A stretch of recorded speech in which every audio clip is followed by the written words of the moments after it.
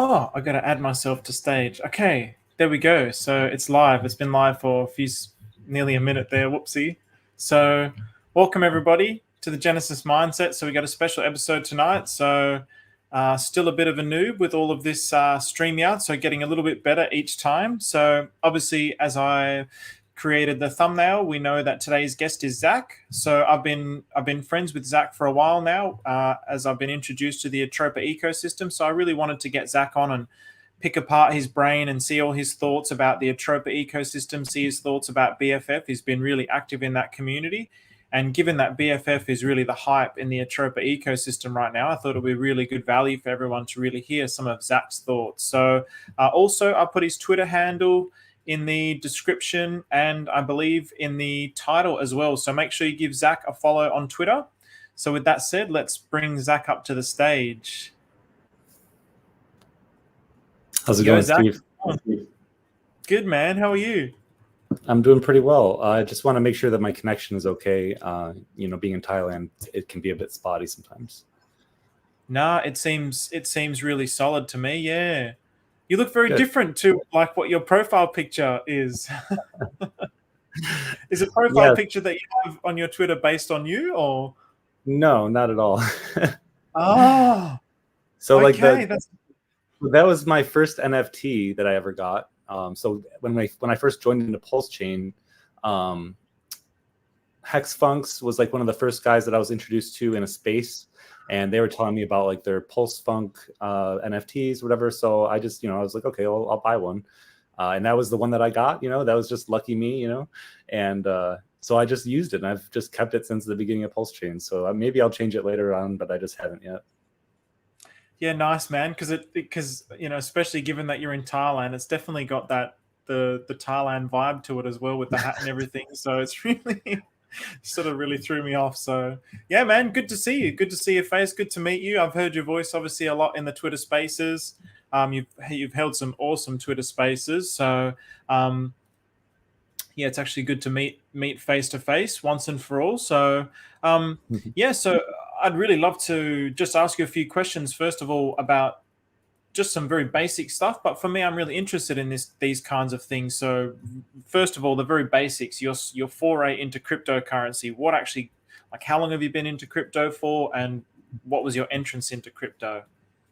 So I first heard about cryptocurrency, like, right when Bitcoin probably launched, way back in the day. I had friends that were using it for, nefarious purposes. Obviously, we all probably know somebody that did that. But yeah, so I heard about Bitcoin and I did buy some, probably when it was like $12. I think I got some Bitcoin when it was really, really cheap. But yeah, I never really held on to it. Right. So like I sold it way too soon. Like I never really made much money from it.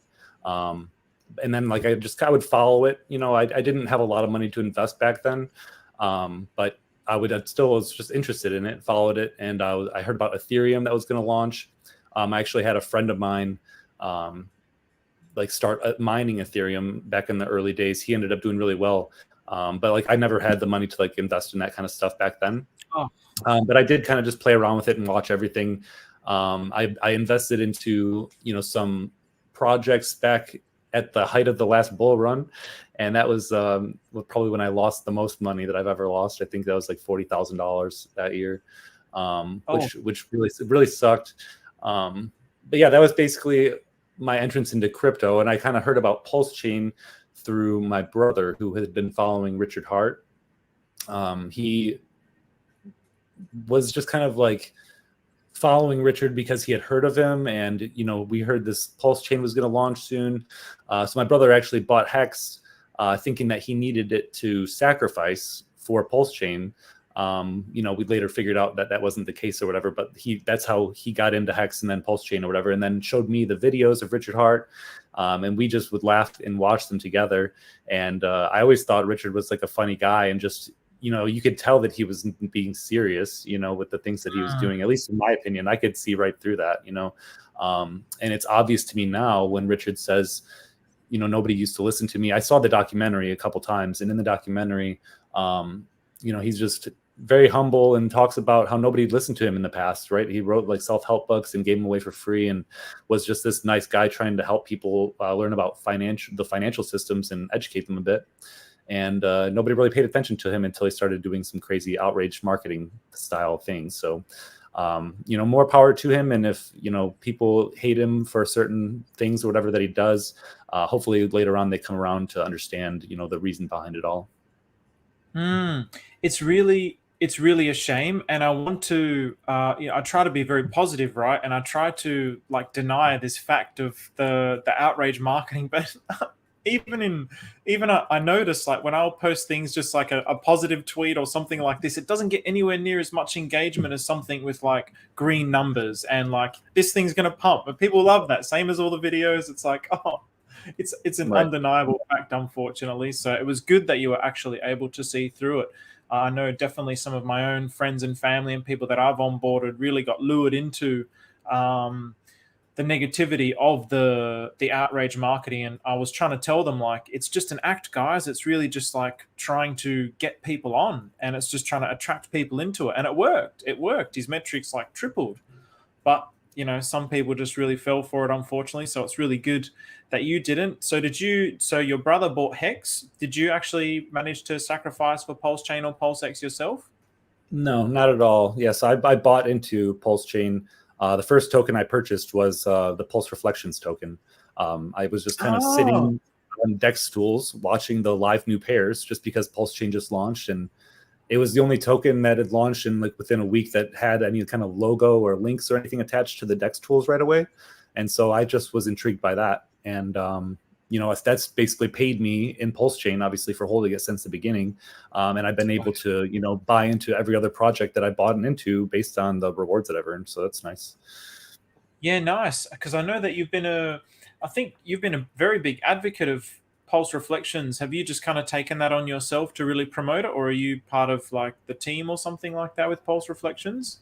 Yeah, no, I don't know who made it. Nobody really knows. I kind of stumbled on it, and the dev asked me and a few other people if we would just be an admin. And since I don't really have a steady work or whatever, I just do digital marketing for a few clients here and there, make websites and things like that. I was like, well, yeah, I've got time on my hands, right? I could take this seriously. And I just really thought that the project was great. They built a beautiful website, and it just really ticked all the boxes for me at the time. So yeah, I just pretty much took it under my wing. I got a really large percentage of the supply, and I just kept buying more with the reward money that I was getting. So, I mean, it just, compounding those rewards helped me out a lot to be in my position. And now that I have a very large position in it, it's I want to see it do well. I'm not going to sell my tokens ever. I've already made my money back plenty, plus, so many more new tokens I bought and everything just from that. So there's no reason for me to sell. I'm just going to be an advocate for Pulse Reflections and passive income on Pulse Chain. Nice, man. I love it. Good on you. Well done. You made some gutsy moves at the start, and it paid off. And it's really cool that you've actually managed to do that, especially because you didn't get a chance to get into the sacrifices of either Pulse Chain or Pulse X. So it's really cool to see that you've actually had this avenue through compounding and yield. And really, that's one of the beautiful things that we see a lot of in Pulse Chain, isn't it? There's all these opportunities for yield, and if you can get it in Pulse Chain, it's even better. And it's one of the few tokens where you actually get it back in Pulse Chain. So big win there. So yeah, well done. Okay, so Atropa, what actually attracted you to Atropa? How did you find out about it? What made you gravitate towards it? So I heard about it started with PDI, right? So that's kind of where it started. Hodlnomics, as you know him, he's one of the admins as well inside PRS. And he was in my DMs like, Zach, I know I'm going to sound crazy for a minute, but you have to just listen to me. And this was back in July, right? He's like, just listen, hear me out. There's something weird going on that we don't really know what it is, but just buy $50 worth of PDI, right? And so at the time, $50 was worth $1 million PDI, right? So, yeah, or at least I think I got maybe more, maybe $3 million for $50. But yeah, so I didn't even buy it right away, right? So I waited a couple days, and then it started to pump, and I'm like, oh no, right? Because he had just told me, and I was like, how crazy is this idea that some token can be so worthless, but then be $1 later on? I just didn't see how or why. But then after I bought it, and this is what I tell people all the time, is the psychology in my mind changed immediately after I bought even just $50 worth of the token, right? Because just that one simple action changed my mind in the way that I viewed it. Like, oh, like maybe it could be possible, right? So like, and then I just started to look at everything else from that like could be possible position, right? And so from before, like I was closed-minded to the idea, didn't want to even put in $50. But then just once I just put that little bit of money in, it just like a switch flipped in my mind. And maybe it's hopium, right? But it also like allowed me to like open doors that like I maybe would have never seen before, you know? I think so that's where it all started. We didn't really learn about Atropa until a little bit later, because we saw that Atropa was connected to dye. And then I didn't really even invest into Atropa until I noticed that the ratios between dye and Atropa were changing, right? So this was back when the ratio was like, I noticed it at about 5-1. And then I swapped all my dye for Atropa at that point, because I saw the ratios changing and Atropa was going up over dye. And so I swapped everything I had. I think I had like 25 million P dye at the time. I swapped it all for Atropa. And then I rode that up all the way to like a 9-1 ratio. So I like 4x my P dye bag. Yeah, just by swapping the ratios. And so when I swapped back, I had like 4 times the amount of P dye that I had, which was amazing. But yeah, anyways, like that's how I got started into all this. It gave me a lot of funding that I could go and purchase a bunch more tokens inside the Atropa ecosystem. But yeah, it was very like a huge speculative thing, and it just started with a $50 investment that led me to kind of just dig and connect a lot of these dots with all these other guys inside of our like Telegram group that we've been doing a lot of research with. Following the blockchain, following these connected wallets. And it really just led us to some discoveries that, we tend to believe in, I guess. So you're really a P-dye OG. Yep, definitely. Nice. And I'm a little bit, just hearing that story. I mean, I knew that you were deep into P-dye, and I came in more or less at the end of at the peak of the Atropa run, and I wish I was there for that energy of like discovery at the start, of like the excitement of, okay, what's actually going on here, and the imagination it triggers. And some people don't like that. They're like, oh, people are connecting dots and making up these narratives, but there's so many interesting dots. It's like, who cares, man? Just throw a 50 in it. And it's like, who cares? Just go for the run, go for the ride, see what it's all about. But there's so many people that are like so resentful towards it. It's a really fascinating and intriguing thing in cryptocurrency. When we have skin in it, we're like, oh, instantly interested. When we don't, we're just like throwing spears and daggers at it. It's crazy, man. Yeah, it's really crazy how like just that little $50 just changed everything, really. Like because I was totally against it. I was like, why would you go buy that? Like it just seems so pointless. Like, and I just took me 2 days, and then I saw a few green candles pop up, and I'm like, hold on, maybe I should just buy some just in case, and then I'll start to do a little bit more research.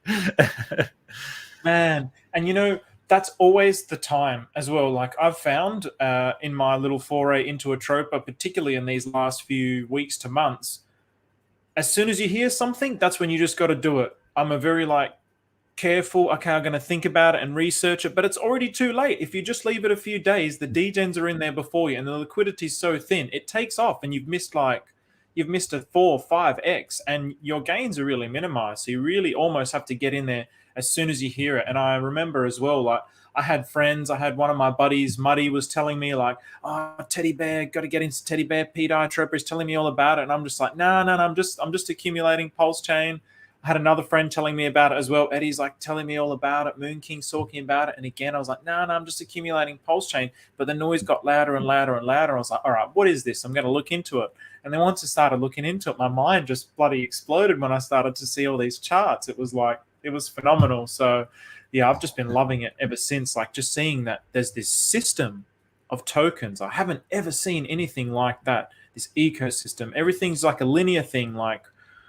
Put money into this token goes up, and then maybe a couple of other things feed into this token to help it pump. But I've never seen an ecosystem of tokens working together to pump themselves up. Never seen it. It's a beautiful thing that I'm seeing. So it really blows me away that more people aren't interested. But Yeah, and you're here at a good time. I mean, at the beginning, it was a lot more scary because we didn't have like the chat logs, or we didn't have any of this stuff, right? Oh So man.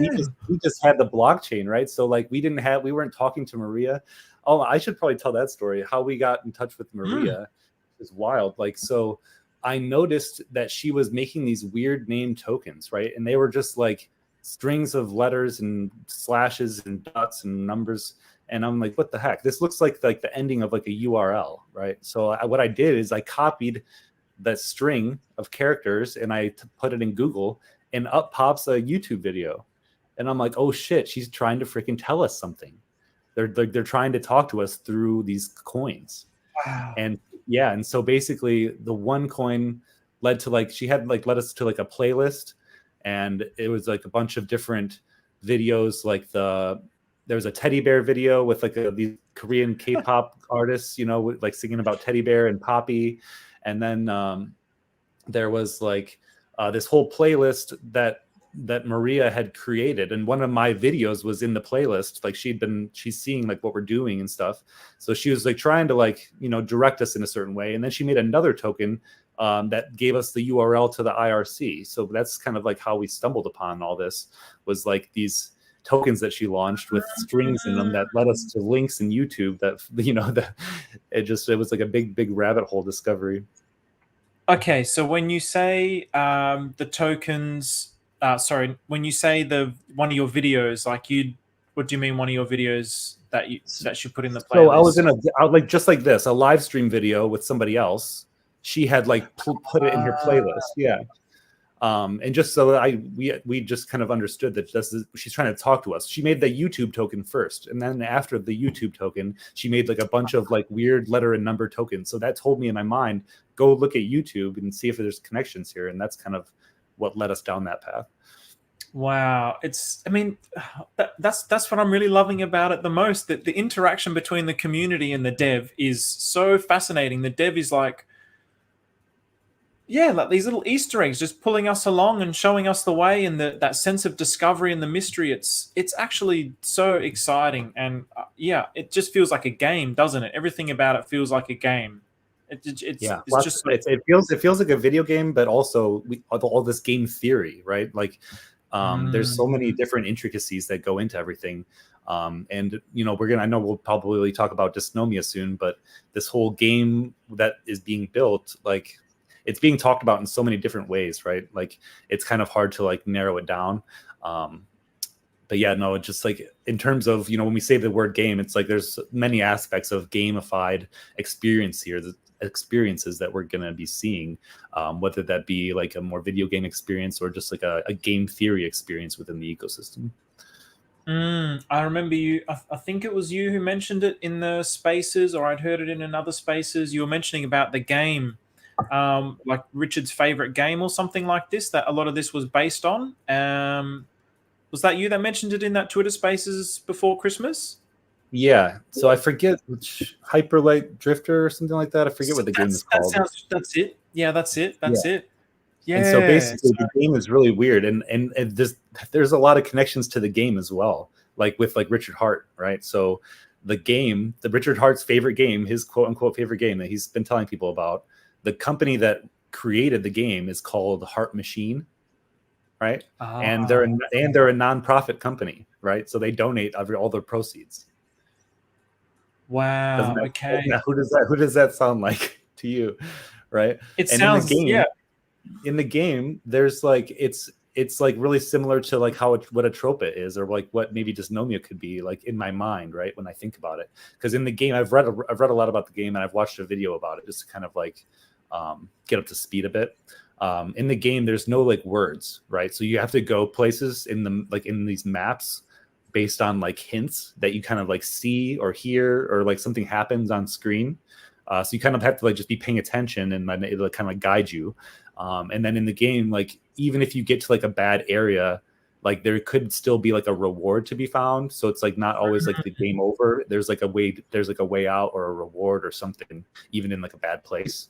And so, you know, just the way that all this is set up with like these 666 tokens, and like the mystery, and like kind of some like, you know, like proposed danger, looking at a 666 token, most people think, satanic or whatever, but that's like, not really outside the box, but that's what people are going to think, maybe a warning or danger or something like that. So just all the ways that these things are set up, it just seems like it's similar to this Space Drifter game. But yeah, also just the game is just kind of crazy how Heart Machine is the owner and they're a nonprofit company. I thought that was pretty cool. Yeah, I didn't know that they were a non-profit and they were called Heart Machine. That is really awesome. So there's all these little clues in that, and then people are putting the pieces together in their own little ways. I mean, it's very exciting, and I want you to think about. So what I'm going to do here is I'm just going to say hello to some of the people in the community, and then I would like a 30-second elevator pitch of what Atropa is to you. So have a think about that, and I'm just going to say hello to some of these people here as well, because I really do like engaging with everyone here. So Mike FA, he's in here. So hello, Mike. I know Mike a lot from Telegram. Osprey, thanks for the audio visuals, is all good. Thanks, Osprey. Cat and Kai Farm. Hey guys, from Paul Catton. Hey Paul Catton. Danny D. I've just started to become familiar with Danny D. Danny the D. So Danny the D. I think I see you from Twitter with the infinity symbol. So nice to see you, Danny. Thanks for all the comments as well in the videos, guys. I do recognize these names from comments in videos. So Infinity's a new one that is it Surfacing? Surfacing is made. Just that new one, Infinity, with the BFF. So we'll get into that one as well. Yep. Danny D also talking about PRS. Good comment, Danny. This one about the community. So besides the system, the community is what Atropa makes is what makes Atropa totally awesome. And I couldn't agree more. Like, it's the vibe. I mean, even as I was mentioning before, okay, it would have been afraid when there was no IRC, but there would have been some kind of interesting energy with all these people like kind of working together to pull apart all the different pieces and piece together what's actually going on. So definitely the community is awesome. So yeah, digging deep down the rabbit hole. Carnival Games, what's up, Carnival Games? I'm here watching, listening, observing. Thank you very much. And if you guys have things to share and you want to contribute as well, please do so. Fatina also, thank you, Fatina, always for the comments in the YouTube section. I love those comments. Thank you very much. I really do appreciate everything. George Taco, Landscaper, what's up, Degens? Yeah, your boy Muddy Waters as well is here. So it's your boy. All right, so the Degens are all in here. So let's get going. So Atropa, 30-second pitch, or maybe not 30 seconds, but how would you describe Atropa to like a complete noob? Right. So I'm going to actually give like a kind of like a new pitch, I guess, because I'm thinking that Atropa is now going to be the MakerDAO replacement that Richard Hart was talking about in his previous videos. Right. So after some further research and like a little like talking to other people in the community, Richard said that he was talking to somebody on voice, right, that had plans to do this and that they were on testnet, right? So we don't have any kind of product or project that has come out and said, like, yeah, we're the MakerDAO replacement. We're going to have DAI on Pulse Chain, like Richard said in the video. That hasn't happened yet, right? So the only thing in my mind, right, we have like $9 to $10 million worth of PDAI locked up in the Atropa LP as burned. I don't understand what else would it be, right? Or who else would have so much DAI that they could control it and do something like that, right? To me, Atropa is going to be the MakerDAO replacement for PDAI and Pulse Chain. I think that there's going to be a method to maybe collateralize your Atropa, just like on DAI, you collateralize your ETH, right? There was a $1 million payment made to the MakerDAO contract, basically to fix the Pulse Chain side contract so that it wouldn't allow the minting anymore. So now, in my mind, the MakerDAO contract, right, the DAI on Pulse Chain is now kind of like broken, right? So and when people say like, oh, it has all these functions and does all these other things on ETH, and you'll never be able to get it to do that here on Pulse Chain. I agree. I don't think it'll ever work like it does on Ethereum here on Pulse Chain. I think that now that the contract has changed and it's like a broken contract that does not work, that's the way it did. I think now we have an ability for a developer to come in and basically create something that does the same thing, but just maybe in a different way, right? So we are maybe be able to collateralize our very popular Atropa token. It should be the most popular token within the ecosystem. And that should be one of the stabilization methods that could be occurring when we get closer to $1. So, okay, it was 1 million. I didn't know it was that much, the payment to the MakerDAO. I had no idea it was 1 million. And then, okay, so if the contract is broken, what would be the requirement to actually pay the MakerDAO? Is it because you need that contract to interact with the DAI itself on Pulse Chain? So basically, the DAO on Ethereum, people would like mint DAI by putting in their Ethereum or burn their DAI and extract from the contract basically. And there's different algorithms that help do this and give incentives to people for people to do this, right? So basically you get an incentive to arbitrage the differences in price. So all you have to do really to make the same thing, but just without that MakerDAO contract, would be to have something written inside of a different contract, maybe like Atropa. It's not a verified contract, so we don't understand what it does. But if there was a token that did something like this, to where like there was an incentive for collateralizing and arbitraging price differences, right, at certain points, that would be just like what the MakerDAO contract does. I don't think that it's too far out to say that that could happen. So still the PDAI itself would be, excuse me, what's actually pegged, and then you're collateralizing it against the Atropa. Right. Interesting. Okay. And I definitely align with what you're saying, to be honest. I still have, I'm not saying it is or it isn't. I don't want to kind of, because it's a very controversial thing, and you get assaulted for saying that it is. It's just like, holy so shit. This is an idea that I've had just in the last couple of weeks.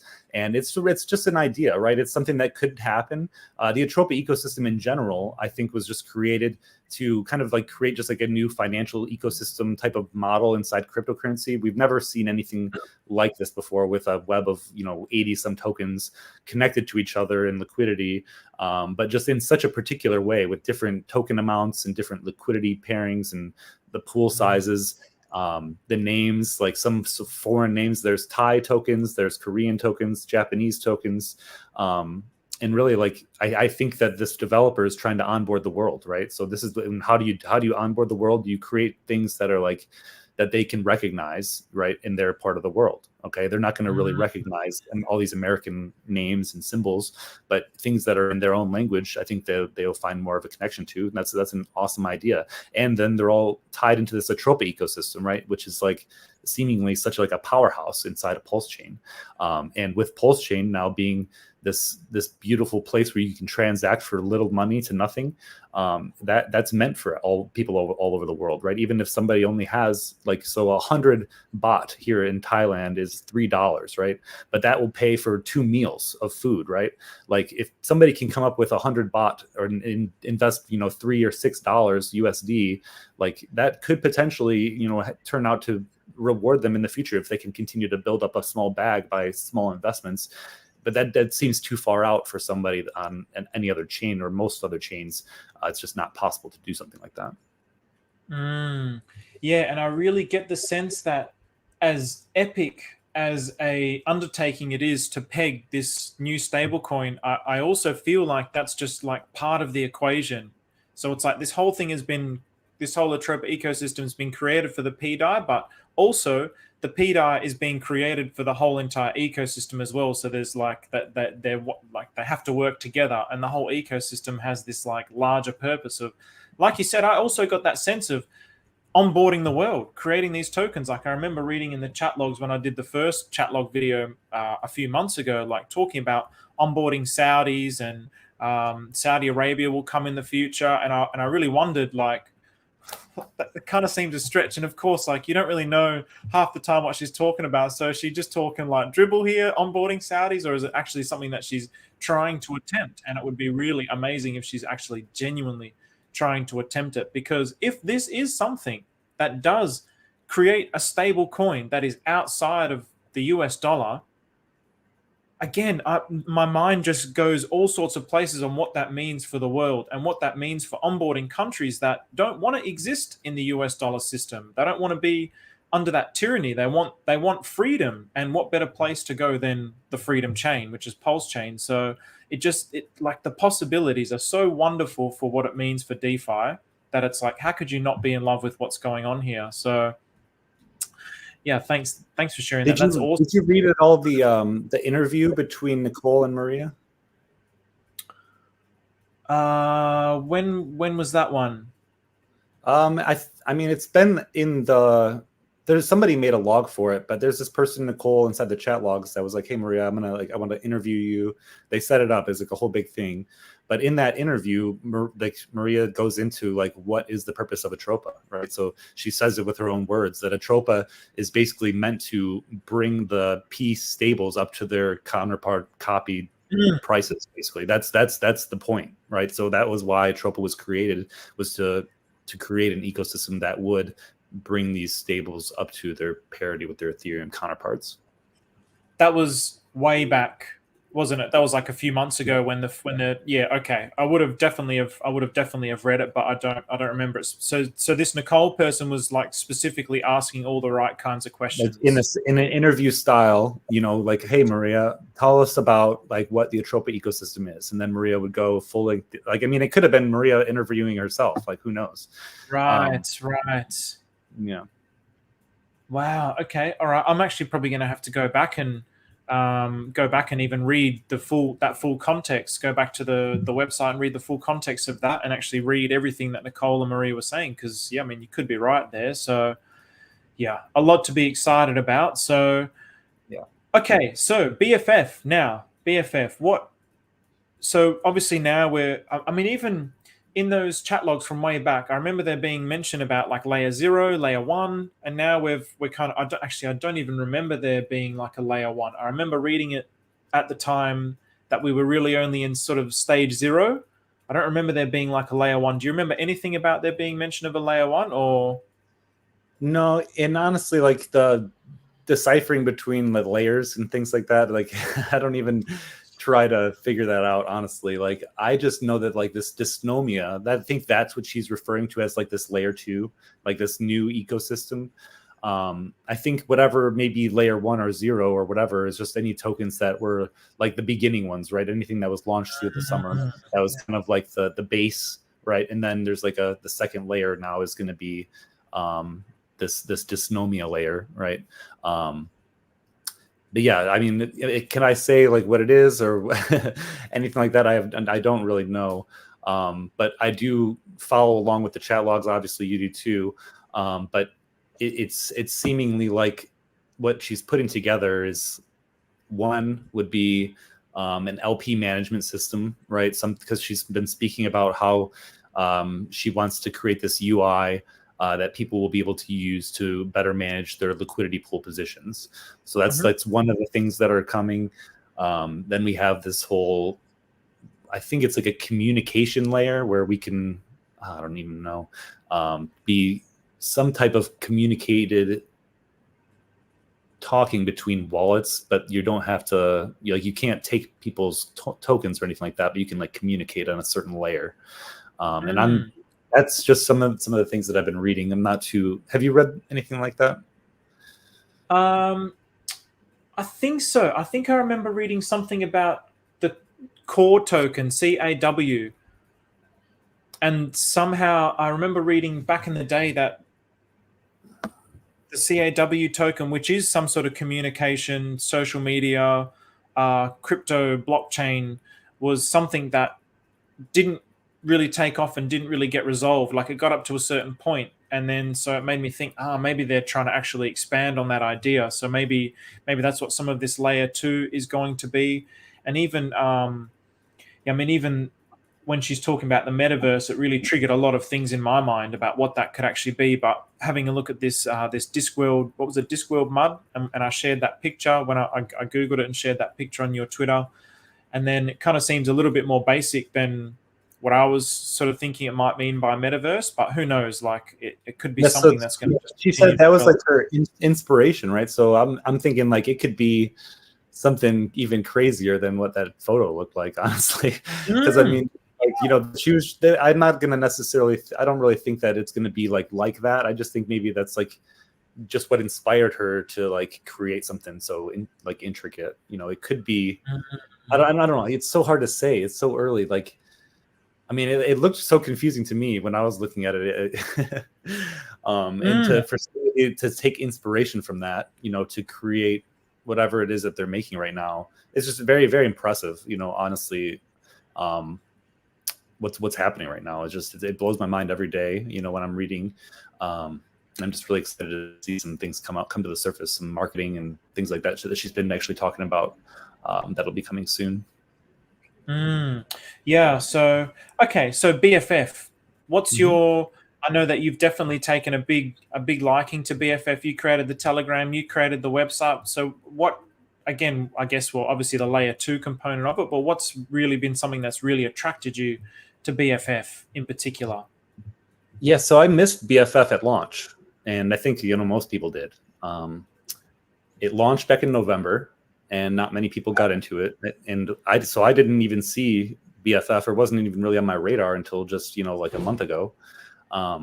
Somebody was just in my DMs like, hey, Maria said buy BFF or whatever. Like, maybe we should do that. It sounds like a good token.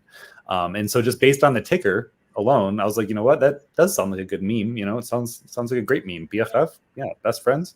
Sure. Like that is like, something that is common with everybody. We've all heard of BFF. We know what a BFF is. It's like very relatable.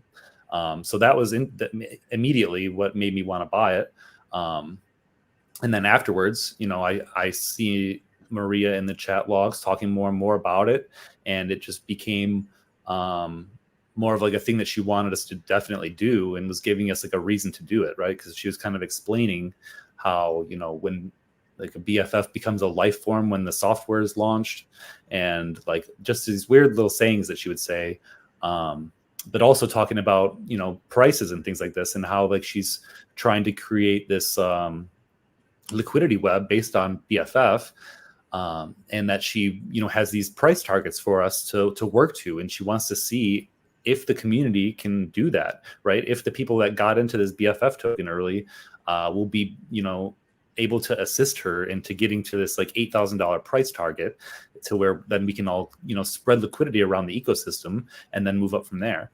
And so it is definitely a speculative, experimental play, right? And I'm not going to paint it any other way, right? But so far so good. It seems like the top holders are like holding and also accumulating.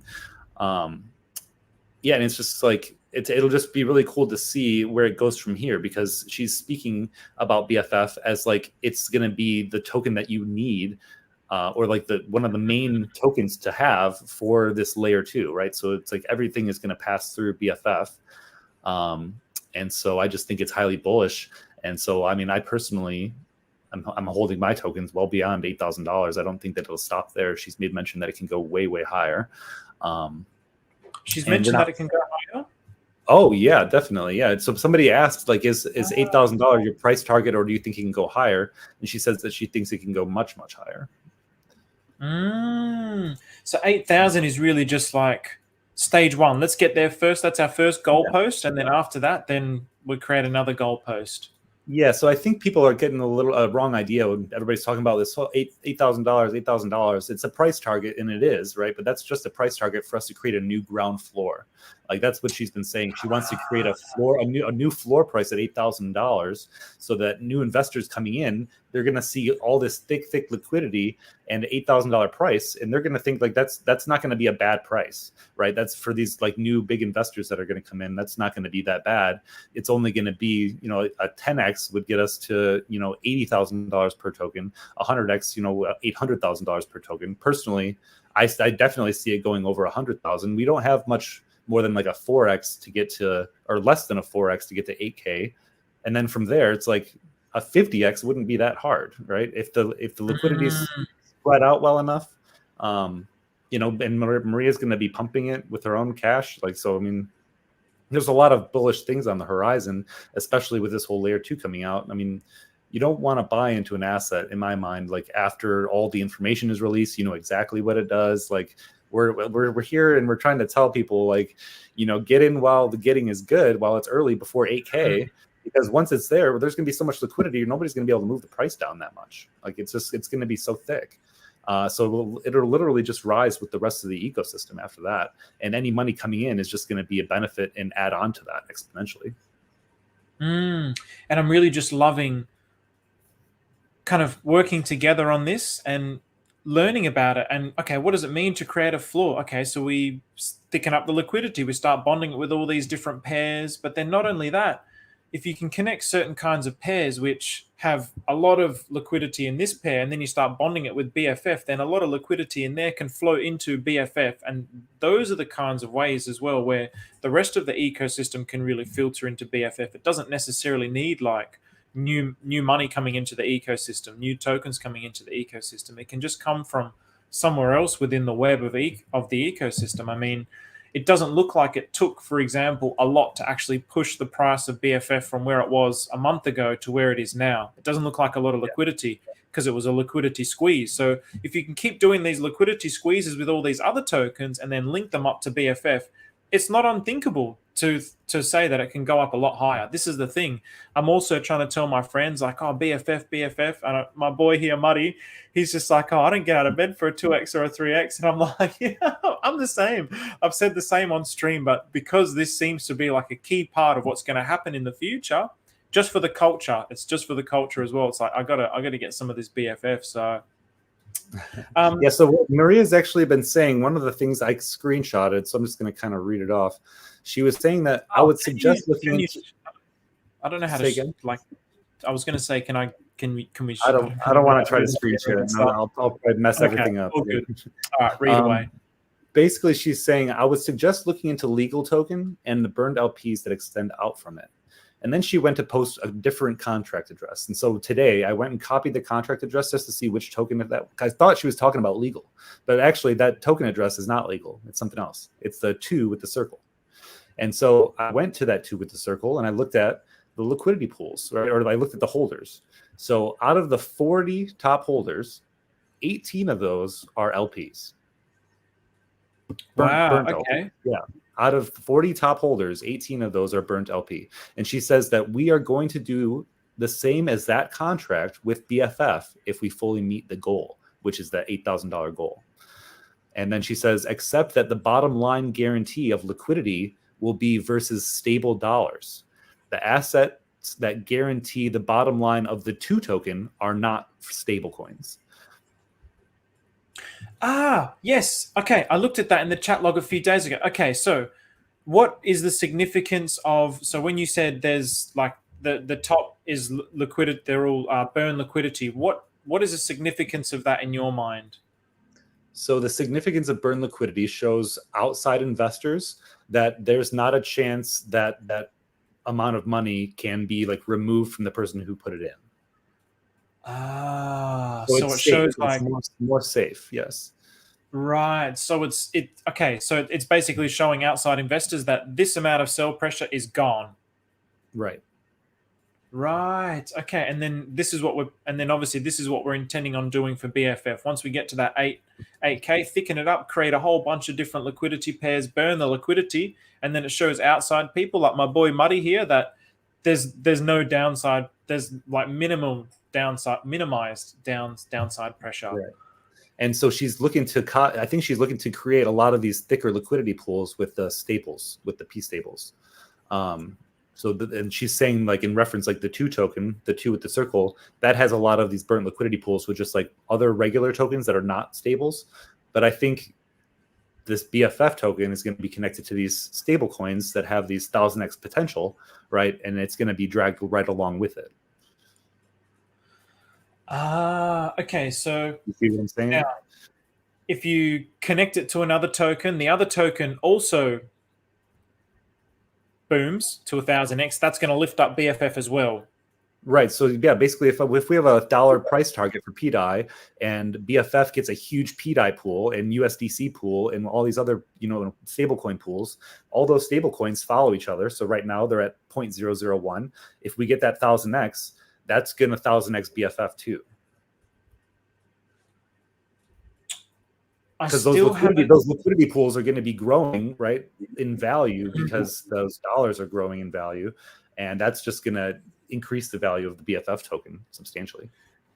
Because I've seen the bonded liquidity in terms of Atropa to PLS and seeing the inverse relationship. When PLS goes up, Atropa goes down. I still haven't seen something like clearly in my mind. I'm sure there's probably tons of examples, but I just haven't seen it where you see this token goes up and then it's also dragging another token with it as well. PDI and Atropa are doing that right now, so they move together. PDI, when PDI goes up, Atropa goes up with it, but sometimes Atropa goes faster. But lately, PDI has been getting more attention and has been pulling up Atropa with it. Right. Okay. So somehow that just works we're not getting many buyers on the Atropa token. I went and looked at the pair the other day, and it had like $800 in. There's like $800 in volume. It was nothing. In one of the pools. And so that just tells me, you know, when it moves up 30% and DAI moved up 35%, you know, it's dragging it up with it that way. Okay. And then obviously the rate at which it drags it up is dependent on just how many of the tokens are actually pulled together. Right. And also it depends on how many people are actually buying Atropa too. Because like if PDI is going to bring up Atropa, if there are also people buying Atropa at the same time, then it's going to move up faster. Right. I'm going to have to do some digging onto that as well, just seeing like what the percentages are between the Atropa and the PDI, because I haven't actually looked at that. There's so much to learn, man. That's the thing. You think you've kind of uncovered something, then there's this whole new avenue to explore. So I mean, even I've actually started to just look into the leprosy, cocaine, speed, and rehypnol. These were like 4 new tokens that got created and bonded together, and then seeing how they got bonded together. This leprosy is kind of like bonded to the 666, so it's a 666 token, and they seem to have like a special relationship, all to no nukes. And then these 3 new tokens that got created, very interestingly, 90% of each of their supplies got bonded with just one of the 666 tokens. So it's like, okay, what's actually happening here? There's obviously the way that these ratios are actually working out. There's going to be something to learn from this. So this is brand new. I think it came out just a few days ago, and I just released a video for it this morning. So I'm gonna be tracking that to try and uncover like another layer of this Atropa ecosystem. So yeah, honestly, I missed all those. I've been away from my computer for a few days, and like, you know, it sucks to, you know, you want to live your life, right, and go do fun things and not have to be like just like feel like you're tied to your computer at all times. But damn it, man, it is hard. It is hard, and I must admit, I'm literally just looking at them. I just want to look at them. Maybe I might buy something somewhere along the way, but I just want to look at them because it's like I know that even like when I was first starting to work this out, and again, Muddy, my boy, because my boy Muddy, a lot of credit has got to go to my boy Muddy here. It's your boy, so he is my boy. He was really one of the first ones that told me about this, and he was also like, oh, there seems to be like tokens where like there's a relationship of 3s. So you'll see like you know, this token, this token, this token, they're kind of related. These 3 are kind of related. So then we started to look into like, yeah, if we could find like triplets of tokens, and then, okay, these triplets of tokens came out, these drugs came out, and then, okay, well, there must be something with the 3s that maybe Maria's doing. Maybe there is a very significant thing with 3s where, because again, when I looked at these 3s as well, the way that they were bonded was the leprosy was first and then the drug was second, except for one of them it was the opposite. And I was like, why is that? I don't really understand that. And it's got something to do with the way the ratio works, which I haven't quite understood. But again, for me, that's just like a learning experience. So that's something that I'll be continuing to look at least for the next few months, just to see like how it's going to progress. But okay, so in relation to the go on, sorry. It's interesting the cocaine token that she made, because she's been talking a lot about cocaine in the chat logs, and she's really yeah, she talks about like when you touching people with cocaine on your fingers, like if you touch, like it makes them fall in love with you, right? And she's been saying about how these tokens, like you can send them to people in the game, in the dysnomia game. So she was saying like some of the tokens you'll send to people and it'll give you an advantage over them inside the game, right? So if maybe you can like, send somebody cocaine and like it makes them fall in love with you, or like you send somebody the crazy token and it makes them go crazy, or like you send them like, you know, leprosy and it gives them leprosy or something, you know, like I don't know how it'll go, but that's what she said. Like when you send somebody one of these 666 tokens, it'll like, you know, give you an advantage in the game basically. Right. Okay. Interesting. I mean, yeah, I never knew how to interpret these things. I remember when I was first reading it a long time ago, and it was one of the things that was off-putting was how much she was talking about. What is it? Is it opium? The one in America that's going crazy. It's not opium, like I think it's in Xanax maybe, but whatever it was. And she was talking about how she has like a lot of it, and that's when I was first like, oh, kind of put me off a little bit. But I think it's kind of again maybe just a little bit of this not actually talking about that drug, but somehow that drug with whatever she was talking about is somehow related to the game in some way. Right. Yeah, it's not always as it seems. It's never really as it seems. That's what I've learned. Like it's always not surface level answer. No.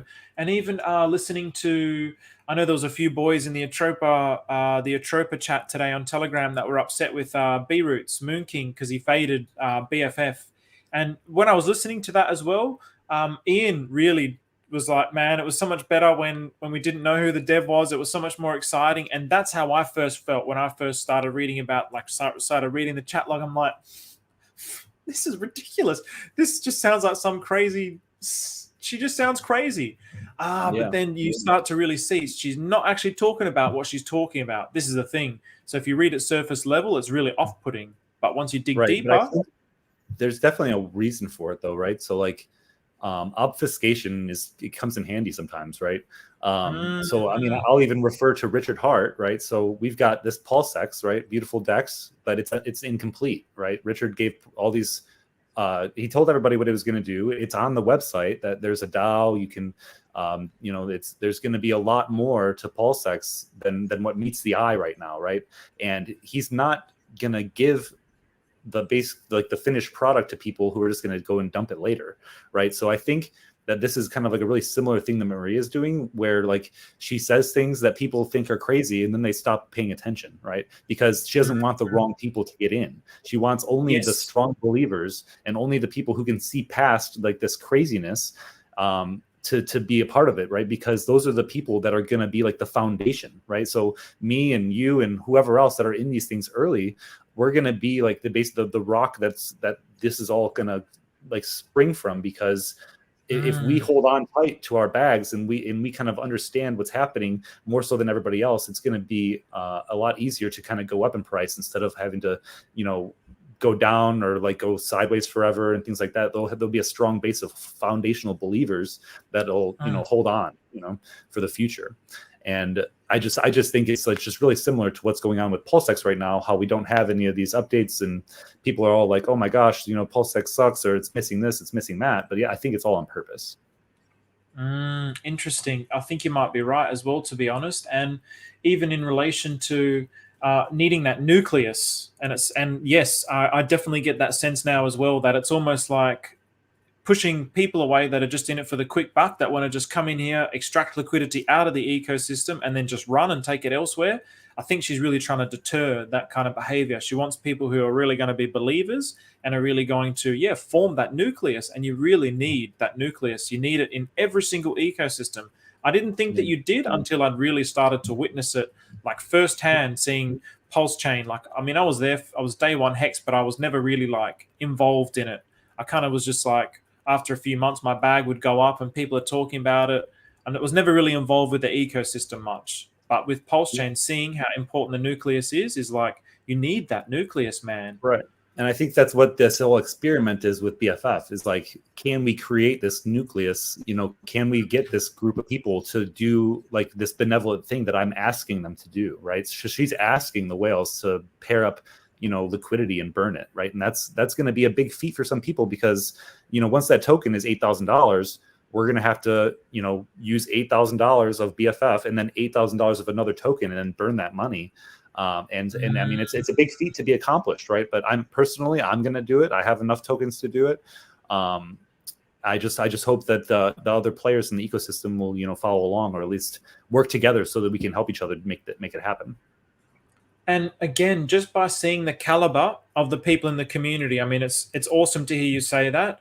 And even, I mean, I look at Freedom 777. I mean, you just look at his tweets and the kind of character he is. You hear his voice in the Twitter Spaces, and I know that he would be big into this 777 as well. I don't know how much he'd have, but I'm sure. I mean, I think he got it. I think he got it before it really started pumping. So he's freaking sweet, Freedom 777. So again, these are the types of guys where it's like you want them on your team. These are the guys you want up there. You don't want the people that are like, yeah, this, you don't really trust this guy. And it's interesting because cryptocurrency is supposed to be like trustless, but it's the code is trustless, but the community that's behind the code is, in my opinion, what you have to trust. There's always this contradictory dynamic, and again, the same as like centralization and decentralization, and founder and decentralization, like that they go hand in hand. They're like two sides of the same coin. One can't exist without the other, and vice versa.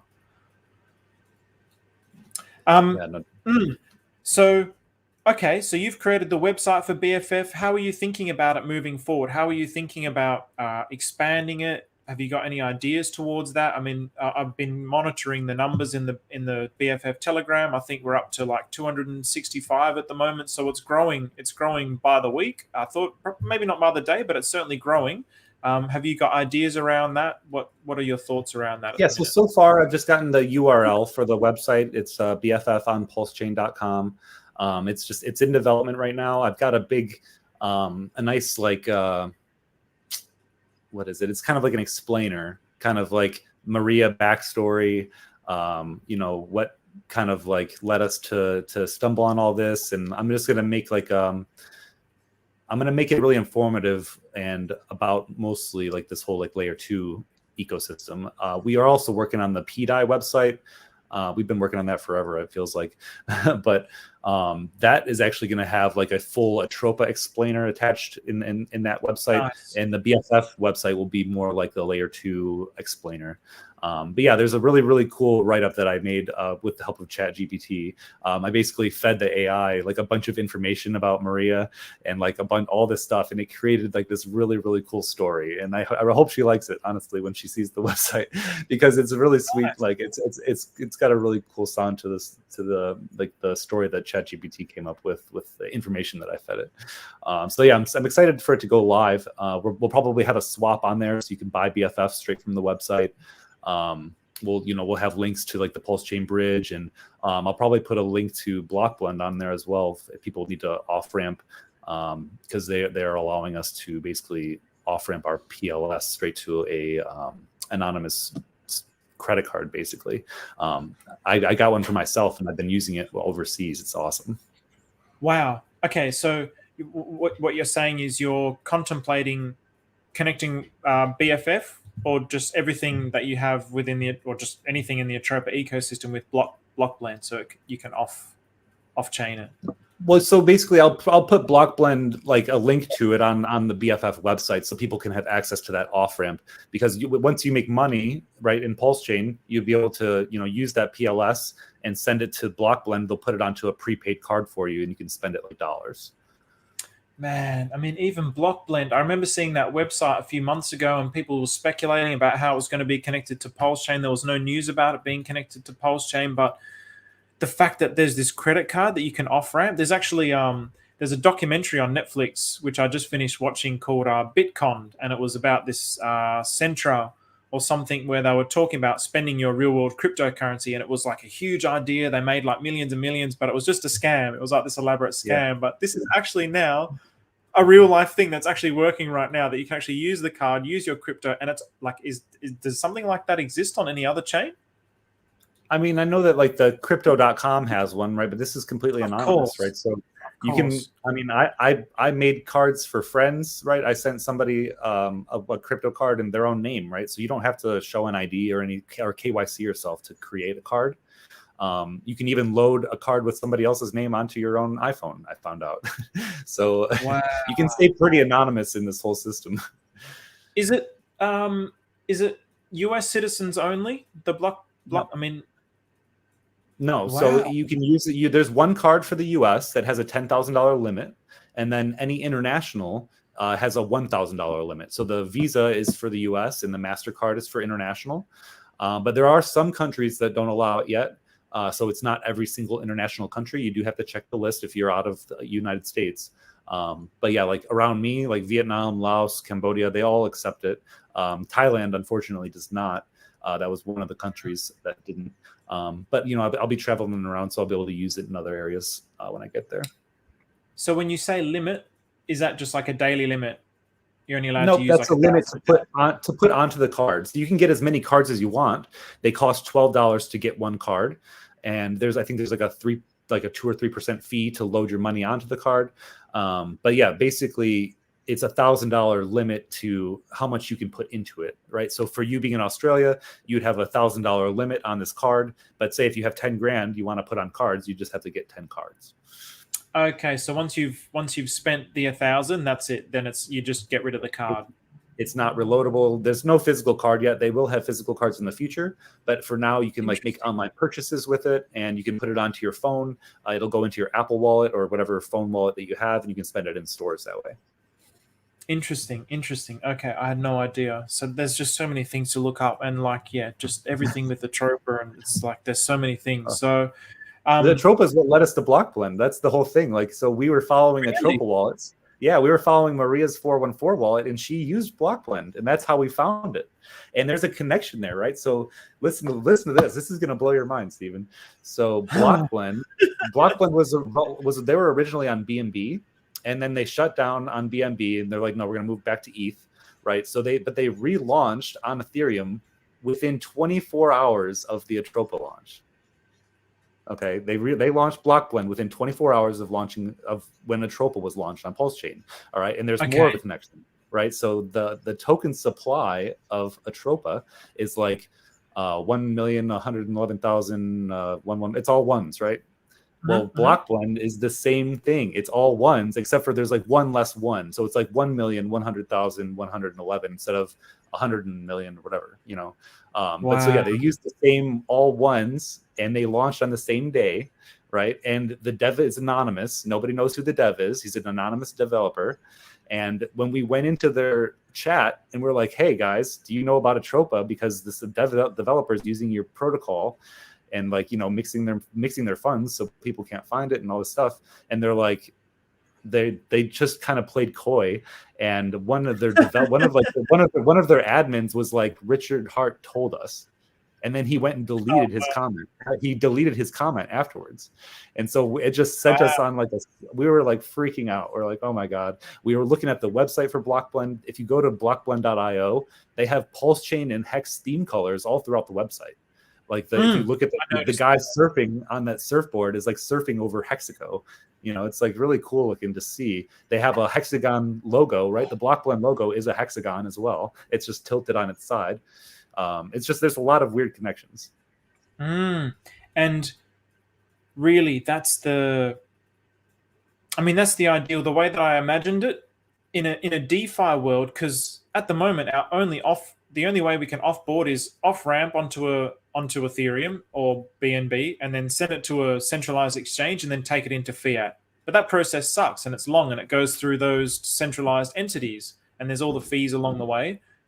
I would much rather there's like some epic whales, which basically are like they're the middleman. So they're kind of, it's like through them that we're actually trading so when I'm spending that 1,000 in crypto, I'm giving it to them. They're like the liquidity pool, and then they have a liquidity pool of like stable coins that we're taking the 1,000 out of. So they're kind of like the middleman. But I'd much rather that, and I'd much rather, it seems a lot more convenient, and it's more decentralized, and it's just like a card that I can use. And yes, there's like a middleman, but even that concept could be decentralized, where like, for example, it is decentralized. They swap it immediately for dollars, right? So it's not like you have crypto on a card. You just have that value immediately on the card.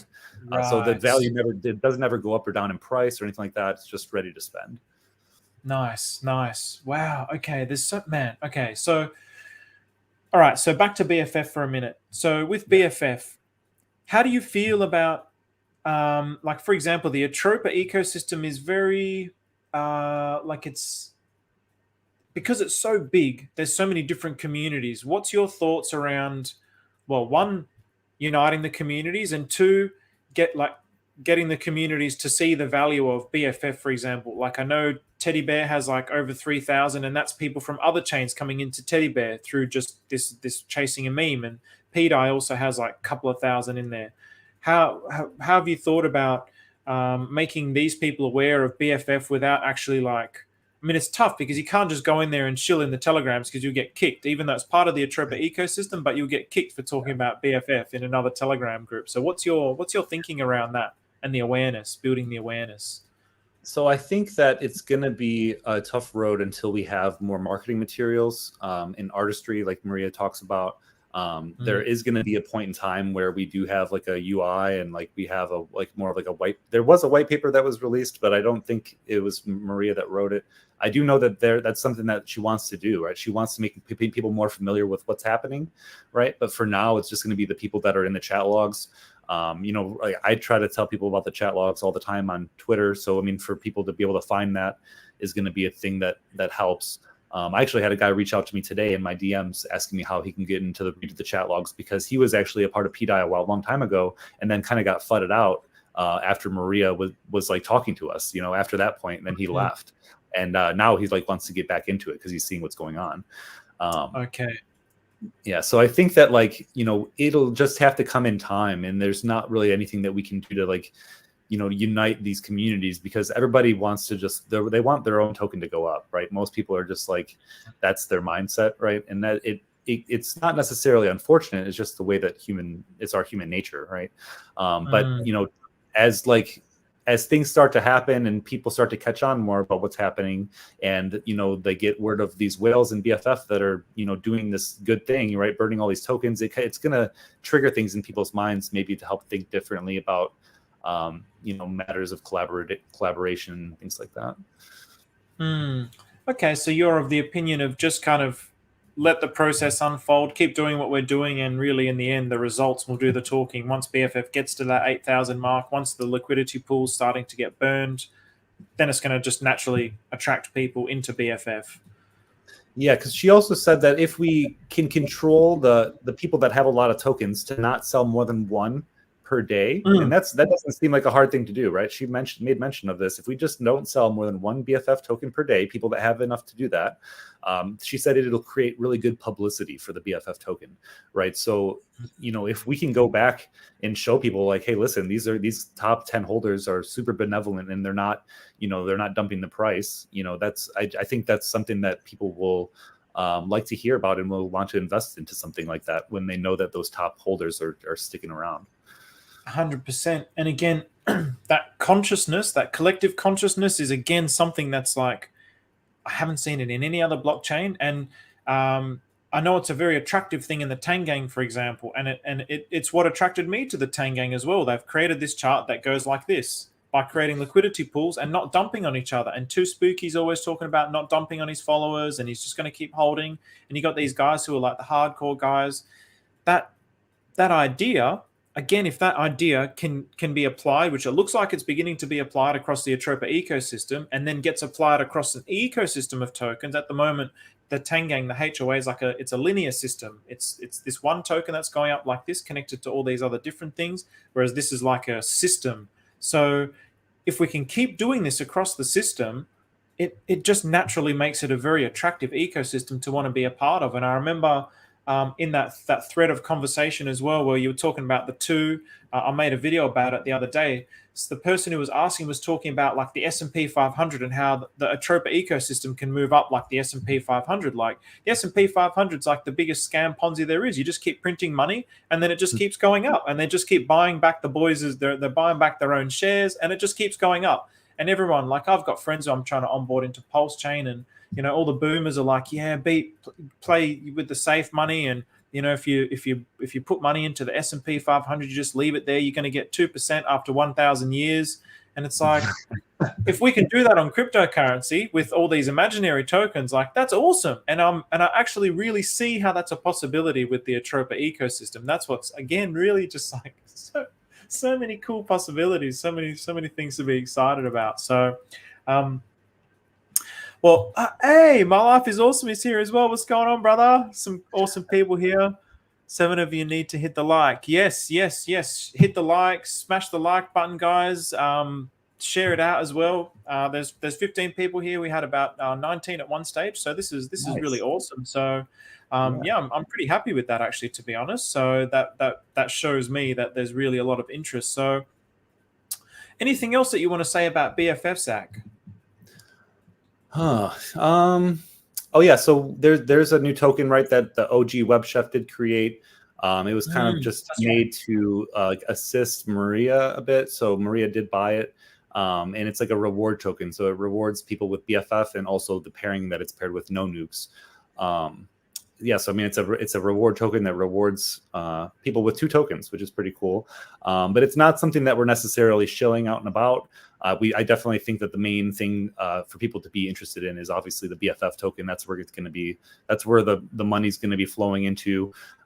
That's where like the big gains are to come. Obviously, this other thing was basically to help feed Maria some no nukes and things like that, so she can help feed like liquidity and all these other things inside the ecosystem. So if you want to help support Maria, you can buy a little bit of that Infinity token.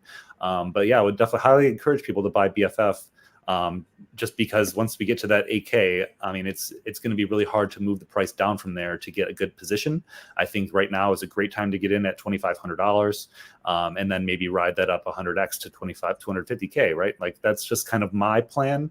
That's where I see it going. And I don't think it's going to be that hard to do, considering that it has such a major position in this layer 2 system. Nice. Yes, nice. I agree. Okay, so yes, the Infinity token as well, which it's like a reflections token. Yeah. So do you get an automatic reward, or is it a reflection on the people that are actually buying the token, and you get a reflection of that? Is that what it is, or is it a reward? It's based on the volume. Yeah, just like most like reflection tokens, but you're not getting the same token reflected. You're going to get 2 different tokens. So BFF and no nukes you'll receive. Okay. So then it's more like. But it's still based on the volume. Okay, so it's still based on the volume of the buyers into the Infinity. Yes. Okay, interesting. But yes, you're getting the no nukes and you're getting the BFF. And I think one of the key things, again, about this whole ecosystem is really making, I think, just these little pieces, just dipping your toes in the same way that you did with PDI. And I think for me, BFF is like,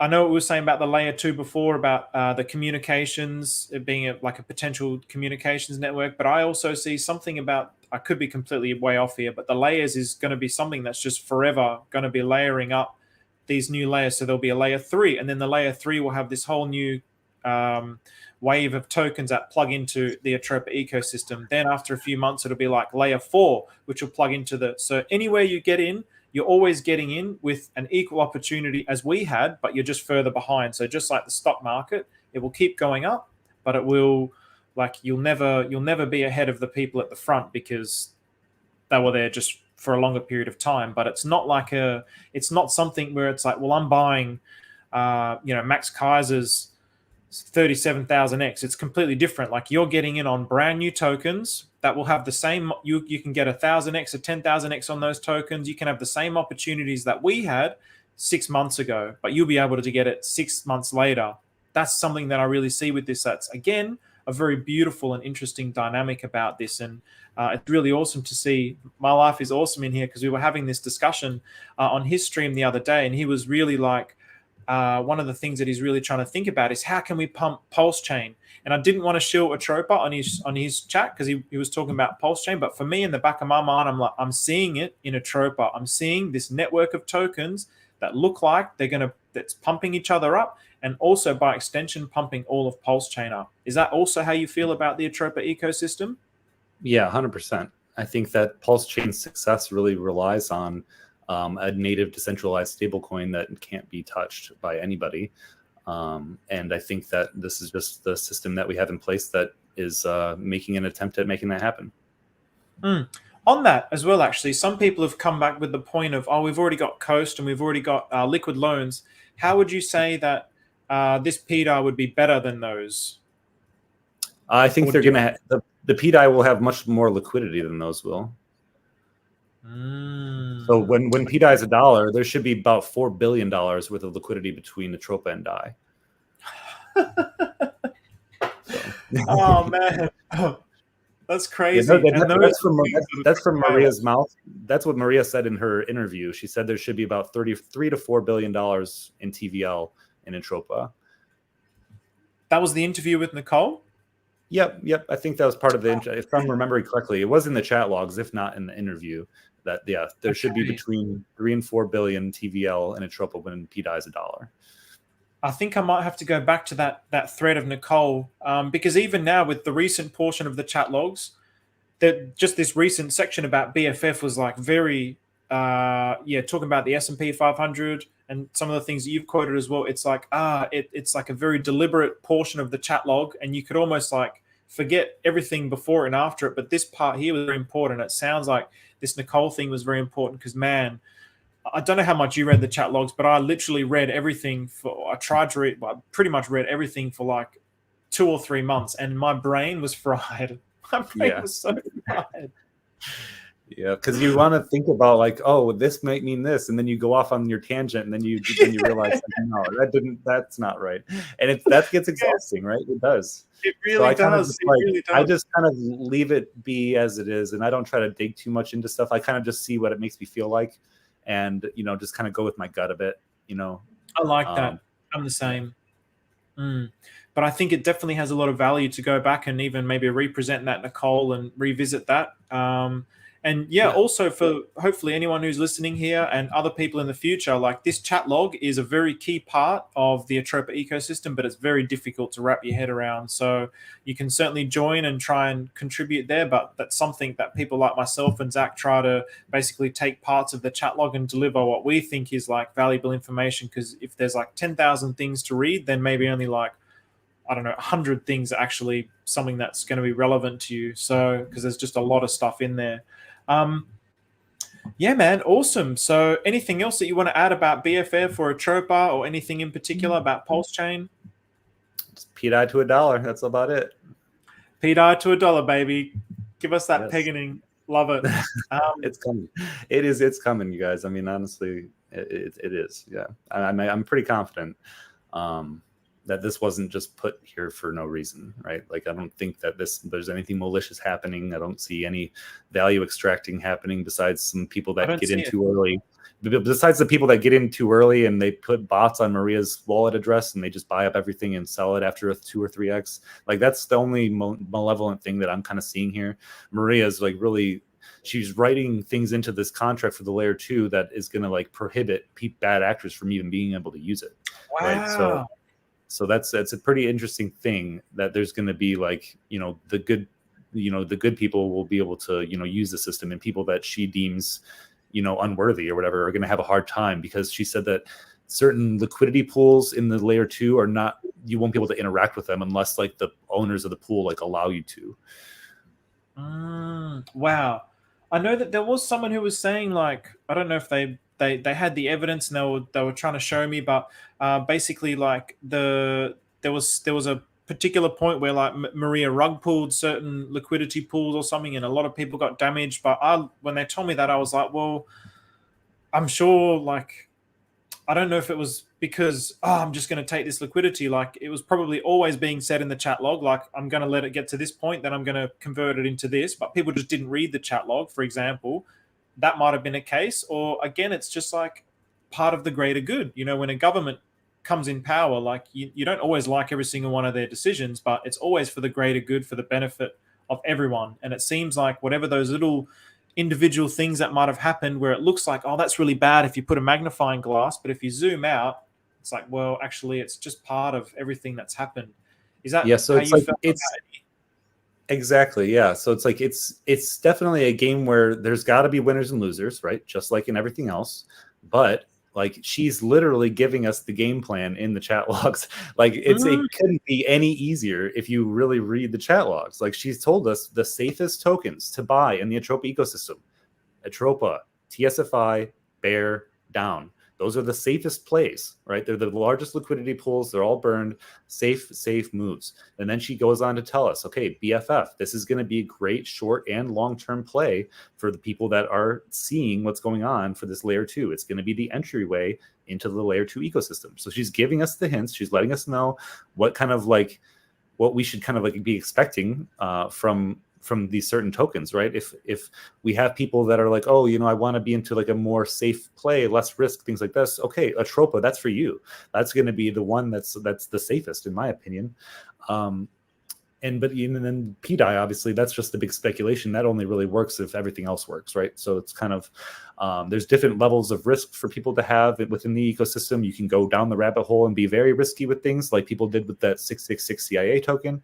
Obviously, a lot of people lost money on that, but that's the risky play. If you don't read the chat logs and you don't take the alpha for what it is, she tells you how hold Atropa, hold Bear, hold TSFI. Those are going to be the best plays.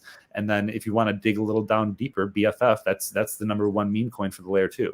So she's literally given us the gold, right? Just people will either act on it or do whatever they want at that point, right?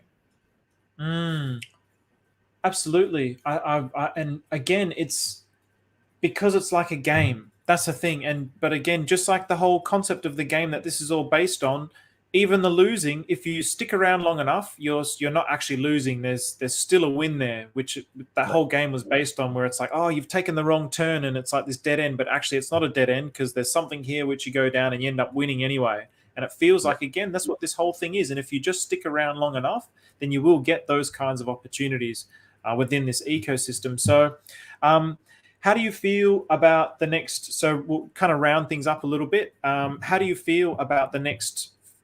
What's your forecast for the next month or two with the Atropa ecosystem? Yeah, so I see it doing really well, actually. I think PLS will probably go sideways for a little while, maybe like another month or so of PLS, not really like taking off. But then I think we'll see in this next, probably 3 or 4 weeks, money coming into Atropa, PDI getting a lot more speculative. Obviously we had that tweet from Richard Hart that some people believed was, mentioning, PDI a bit, or some people did not. But yeah, I think we'll have just like more little events like that. And then, Maria said in the chat logs that, if people can hold off like 2 or 3 months, that they'll see really impressive gains in BFF. So I think that we may hit our 8K price target, probably sometime this month. And then, she said, just a couple months after that for, some profit taking, I guess, people can do. But yeah, no, I'm really bullish on the whole ecosystem, obviously. And I think it's really going to do well. And he may even perform well while Pulse Chain is rising too. All that really will come down to is the level of marketing and things like that she has to be available for people to see. I definitely feel I pretty much feel exactly the same as you about it. I think we're going to see probably sideways for Pulse Chain a little bit, going to cool off. There was a huge pump. We hit some key targets. We're pulling back down to the sacrifice, and I'd love to see it to keep going, but also I'm cool for it to chill a little bit because I wouldn't mind getting a little bit more Pulse Chain. I've got a tiny bit of stable coins, so I'm okay with that. But I think the whole Atropa ecosystem now is going to have it's going to have a nice little pump. Do you think it could do? Do you think there's enough liquidity with this inflow of money into Pulse Chain that could potentially go into creating all-time highs for PDI and Atropa, like the two big daddies in the Atropa ecosystem?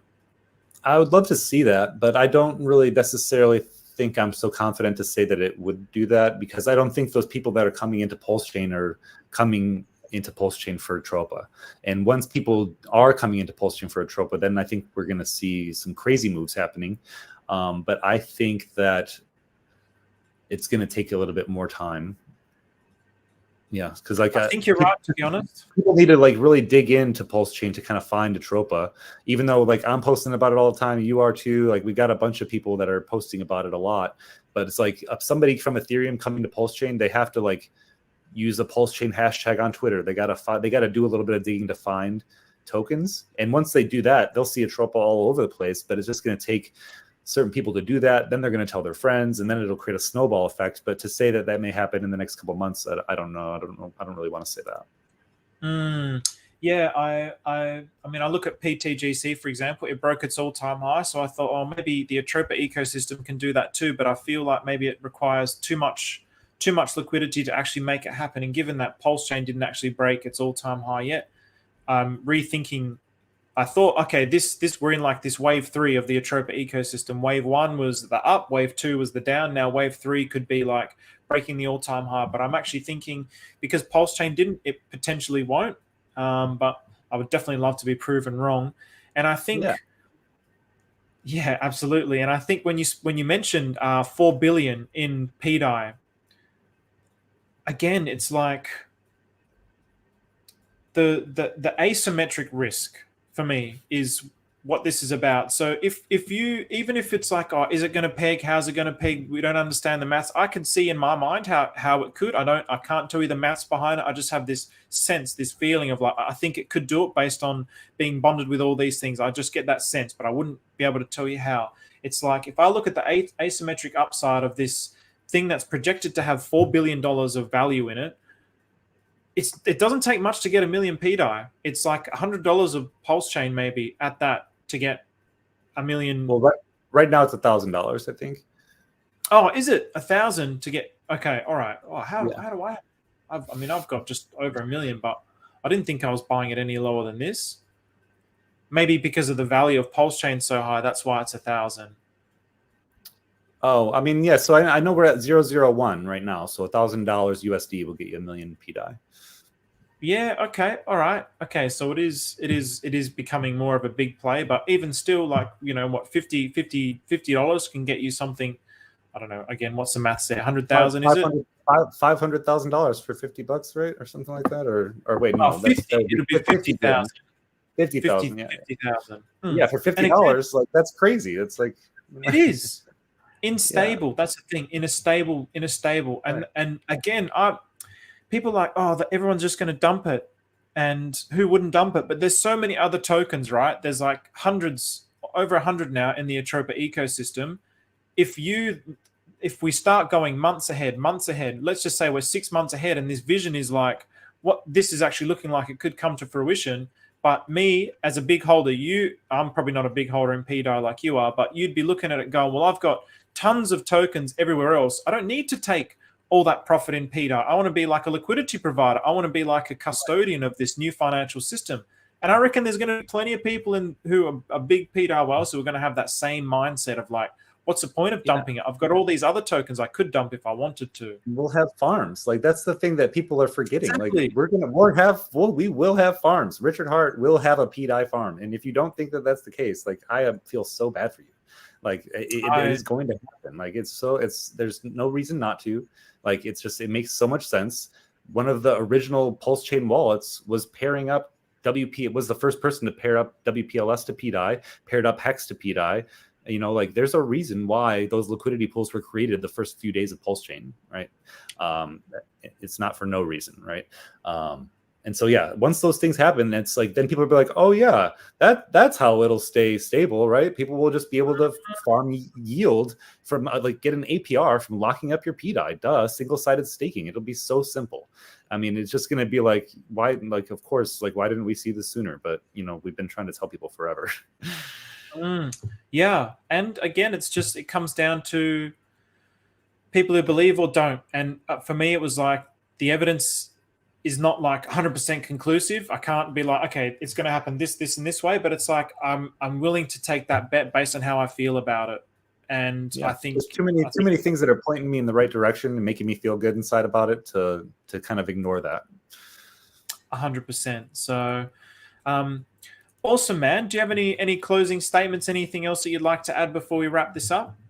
No, I don't think so, man. This has been really fun, though. I hope we can do it again. Yeah, definitely. This has been really fun. It has been really, really fun. So I don't know if anyone's got any questions. Maybe if you want to stick around if there's any questions. If it's up to you. I'm just going to check to see if there is any questions, or if anyone has anything on their mind that they'd like to ask. I'm quickly just going to skim across while we've still got Zach here. So really a lot of comments about BFF. Each time someone bridges to PLS, a portion of the fees goes to PDI. I didn't know that. Each time someone bridges to PLS, a portion of the fees should go to PDI. Okay, I see. Well, we do have there's a community member made a swap called pulseswap.io, PULSWAP, and a portion from those transaction fees goes to buying and burning PDI. Wow. I mean, these things are happening continuously, right? I mean, OG Web Chef now made this thing, the Infinity token. Like, people are just continuously doing all these things. So there's all these ideas that are just spreading across the channel. And eventually it's going to be like, there'll be a formula that really works. That's going to be like, okay, and then everyone's going to click onto this formula and start doing it. So, oh man, the future is so freaking bright. The only thing, like, well, we really have nothing to worry about, in my opinion. I mean, unless it can't actually happen, but this is why I really feel like the government is really after Richard. I mean, when you really start to see the scope of what's happening here, this could be like its own island, its own financial ecosystem that's completely separated from the rest of the world. And especially if especially if this idea of block blend like really expands out. But in a contradictory way, we still do need fiat. So I have no problem there being some unity, but they wouldn't want the unity. That's the thing. No, I agree. So doesn't really look like there's many questions in here. So as soon as PDI will be pegged, PLS will explode. We've shared that one before. Definitely agree. I mean, I'll put that one up again. I'm not sure if I did put it up. I mean, as a marketing thing, as soon as PDI is pegged, I mean, leading up to it, the potential energy leading up to it, the hype leading up to it, that this sort of like, it's like the holy grail of DeFi is like this algorithmic stablecoin. I mean, what was the one that Terra Luna? But it was the math behind it was flawed. I mean, people have experimented and they've failed. And this is not an algorithmic stablecoin. It's like it's following a different kind of logic, but it's creating a stablecoin out of just tokens. That's the potential energy that's going to attract into the ecosystem leading up to the peg. And then when it creates that peg, like, it's just glory days. It's glory days for Pulse Chain. It would be the biggest news in all of cryptocurrency. I mean, this could possibly bigger than the creation of Bitcoin even. Like, this is just, it's insane, really. You are dead right. You're dead right. I've never thought about it like that, actually. And I know Somi's explained, like, he had this brilliant video where he did, like, Bitcoin was like the first pillar, then it was Ethereum, which creates like smart contracts, and then it was Uniswap, which is like decentralized finance. And it could be like, this is the next pillar. We've created a fully decentralized stablecoin, so we actually don't need the outside world anymore. That is huge, and it happens. Yeah. It's going to happen on this chain, man. Like, that's why it's like people should be excited by that. They should be like, man, at least there's this idea that's emerging. But yeah, again, they just want the funds going into their tokens. That's what it always boils down to. So, here we go. Forgot the glasses, Zach. So yeah, we mentioned this before. The 21st dimension. It's one of his NFTs that he got. So I was thrown off by that as well. Maybe I'll put my real face up there for you guys. So here we go. Here we got a question from Fatina. Will we need ink to vote on where the liquidity goes? I'm not too sure. She's speaking about like in the PulseX website, it speaks about a DAO and it speaks about voting, for farms and things like that. Those things are not possible yet, right? So we can't really answer if it's going to be ink that you need to use for voting, but there will be a token, whether that's PulseX or ink. One of those two, you're going to need to vote on new farms for PulseX. So anybody can create have a new farm proposed, but you'll just need to probably burn your ink or PulseX to vote for that to happen or something like that. So I'm not really Go ahead. So she's saying she meant the liquidity. So will we need ink to vote on where the liquidity goes?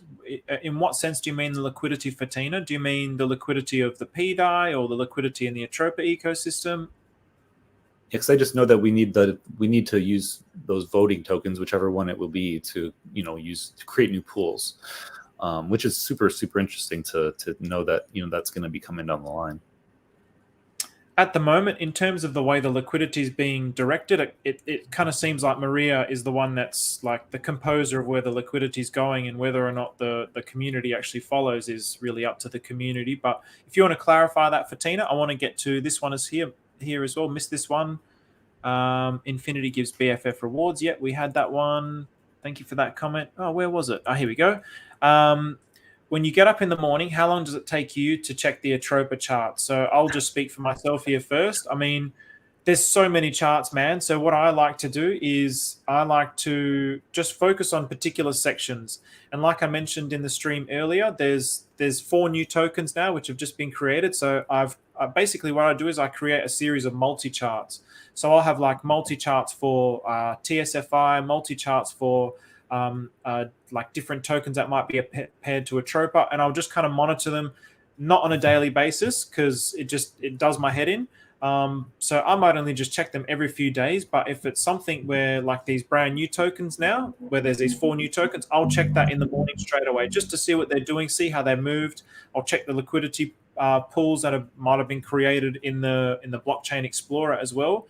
And then obviously if I've actually got if I own particular tokens, so I actually have also created a multi-chart for the tokens that I own. So I might check that once a day as well, and that'll only take me like 5 minutes. I'll just skim through just to see if there's any major movements. Obviously, if it's like, wow, it's done a 10x, which I haven't actually been in that situation before, but if it does that, then I'd look at like taking profits. So that's just me personally. What about you, Zach? Yeah, so I try not to check the charts too often, right? Because I did that for a while, and it just gave me a lot of anxiety, and I started to feel like a Jeet. I started to feel like a Jeet. So I'm like, oh God, I got to move this, I got to move that. Like I was trying to trade and try to get more and things like that. But now it's like I'm just chilling. I have different watch lists on Dex Screener that show one like for my holdings, and then other ones for just different groups of tokens that I'm watching. But yeah, I try not to check the charts too often. I have pretty high confidence that the price is just going to go up over time. So I'm not in any position to want to sell or need to sell anytime soon. So luckily, I just kind of keep the charts to maybe like a once a day type of thing, really briefly. I don't really analyze too much. I just kind of look at the percentage up or down, and then move on. Nice. And I would say also, if you're new to the Atropa ecosystem, again, I would say just pick, well, obviously we're talking about BFF, pick something new. So BFF is going to be a key part of this layer 2. So just like Zach did with PDI, just dip your toes into one thing and then start paying attention to the things that surround that. And then you'll start to familiarize yourself with that, because the language, you'll start to hear things like no nukes, and then you type in what is no nukes, but you'll never find it because it's got all these weird symbols. So you kind of have to learn as you go. So I would definitely recommend just focusing in on a particular part and then just seeing what's around it, and then just slowly expanding your understanding out. And that's how you really start to familiarize yourself with the whole ecosystem. I think PDI is like the greatest place to start, honestly. And it's like, obviously it was a way cheaper price when I got into it, right? But like nobody can talk down on a 1000x, right? So if you put in $100, you have a potential $100,000 play right there. And then you also, like, you're at the beginning point of all this exploration, right? So it all kind of starts from there. And I just think that's a really great place to either get into the community there, and everybody will like help guide you and lead you in the right directions, as opposed to maybe trying to find some more newer obscure token and trying to figure out your way around from there. I think it'd be much easier for new people in PDI. That's a good point. What would you say about? I remember reading a comment a while ago. I still think personally, yes, PDI is going to peg, and I think also, we're seeing them move together. PDI, PUSDC, and USDT, they're all moving together. So even I'm not sure what your opinion on this is going to be, but I certainly bought like USDT because at the time it was like it would give me slightly more than PDI did. So I'd got the USDT instead. I still have PDI, but then if I traded 100, I ended up getting like, I don't know, a few hundred extra more of, not that much more, but it was marginally more of the PUSDT. But then if it does also peg and move up with it, that small marginal amount can end up being quite a lot. And I do think that all those 3 stable tokens are going to be pegged. What's your thoughts around that, Zach? Yeah, so if they will go to $1 together, that's for sure. But Richard's also come out and said that, like, they could potentially turn those off, right? So they have admin keys on those other 2 stable coins, right? So if USDT or USDC were like, hey, we don't like Pulse Chain and we don't agree with what you guys are doing, they could just use those admin keys to blacklist all the wallets that are holding those. But what would happen is, like, they would also be blacklisting the copied tokens that their users have, right? So I know Richard was speaking about like a potential lawsuit that could happen if they did use those admin key rights to disallow the pulse chain copies to be worth anything in their mind. But we don't know, right? So it's just been more of like a riskier play in my mind. So I've just stuck with the PDI. That's a good point. That's a good point. And there definitely is like the community's kind of rallying around the PDI more than anything, and it's Richard's favorite. So I think definitely you're right. The PDI is definitely the safer play. If you do want to be a little bit more degen, and that maybe you could look at those other you probably could get a little bit more gains if, like, obviously the price difference could not be much right now. That is going to be a substantial amount later on. You're very right about that. But there's just that and a little bit of inherent risk in terms of the admin keys is all. Good point. 21st Century is asking, could PDI become a DAO? And he's also asking, are we going to vote with PDI? So what's your thoughts around that, Zach?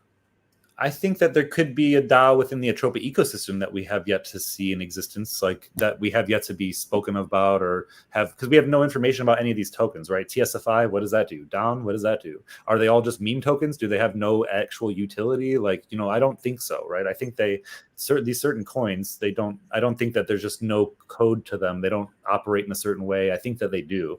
We just don't see them because none of the contracts are verified. And I think that's all for a reason. If those contracts were not verified, guess what? We would have figured this all out from day one, right? We would have known what the contracts do. People would have gotten all in at the wrong times for the wrong reasons just to make gains. And it's like, this is all this obfuscation to keep people away. But yes, I do think that there could be a DAO. I'm not going to say yes that there will be, but I mean, it makes sense, right? If you have an ecosystem of tokens, you kind of want to have a lot of different things like leverage opportunities, loan collateralization. You want to have a DAO. There's all these different things that an ecosystem kind of needs to thrive, right? If a financial ecosystem needs, and I think that we may see some of those things a part of it.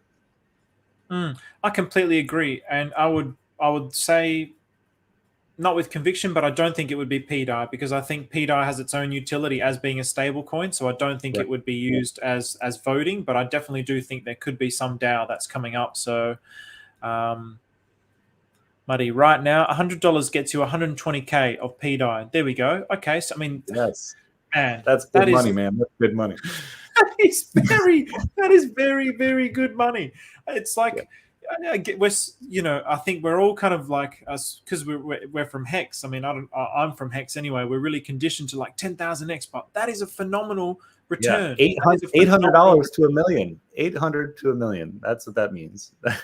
That's insane. Great. That is insane. And $1 million is very much, it's a holy grail. So but really in crypto, it's really just a starting point. So. Yeah, TSFI, the search for insanity. Couldn't agree more with that, to be honest. I've heard it's T-share finance, but I really like this one, the search for insanity, because yes, you've heard of total stuffed fluffed island. You've seen that one too, right? No. Oh my god. Wait, you haven't heard of total stuffed fluff island? You need to do your research, man. Oh my gosh. Yeah. Okay, so we asked Maria, right? What does TSFI mean? And she replied, total stuffed fluffed island, right? Oh. And so what is total stuffed fluff island? We did some research. It's a YouTube video or a YouTube series. It's like a web series. This guy made these homemade videos, right, of him it's like his cell phone camera, and he's got these like little plush toys like Bowser, like Mario, like Princess Peach, a bunch of different weird stuffed plush toys. And he uses his own voice and like does like a puppet show with these plush toys. And it's like a TV series. There's like different episodes, and it's just the weirdest thing I've ever seen, probably. Very, very weird that somebody put the time in to do it. But it also explains a game. Total Stuff Fluff Island is like a game. And it's like, if you watch all the series, it's like, I don't know. It's like all kind of connected somehow to Atropa. It's so freaking weird. But like they're playing a game inside this Total Stuff Fluff Island little video thing that they're doing. But it's just another interesting layer to the complexity of all this stuff. And then there's obviously many ways you could read that. You could be reading that literally, like somehow this ends up being the TSFI gets connected in some way to a game. Or it could just be anything. Yeah, who knows, man? I have no idea. Yeah, but I really love, honestly, I love the way that TSFI is set up. I think that it's honestly a really good play in the ecosystem, just based on the low supply that it has. I think there's only like a few thousand of supply or something like that. It's really low, and there's not a lot of holders in TSFI. Like, it's not too difficult for somebody like that has like a few grand or whatever to make it a nice position on that. So that, like, back in the day before BFF was coming up, I was trying to accumulate as much TSFI as possible, because I did notice those little things about, like, just the differences between, like, if you look at Atropa and different tokens, like some of them are easier to get like a good position, like a 1% position in than Atropa, right? So like Atropa is very difficult. You have to spend like $40,000, but if you compare it to TSFI, it's like you only have to spend like $10,000 to get a 1% position. And so that's those are some of the things, little intricacies that I'm kind of paying attention to.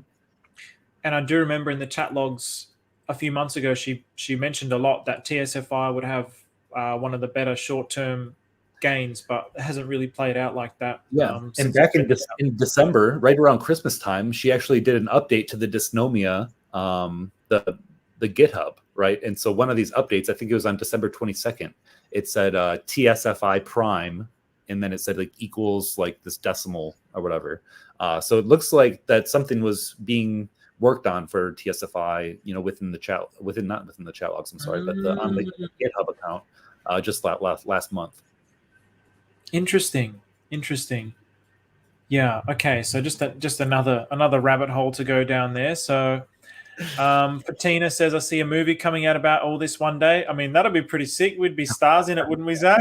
That'd be great.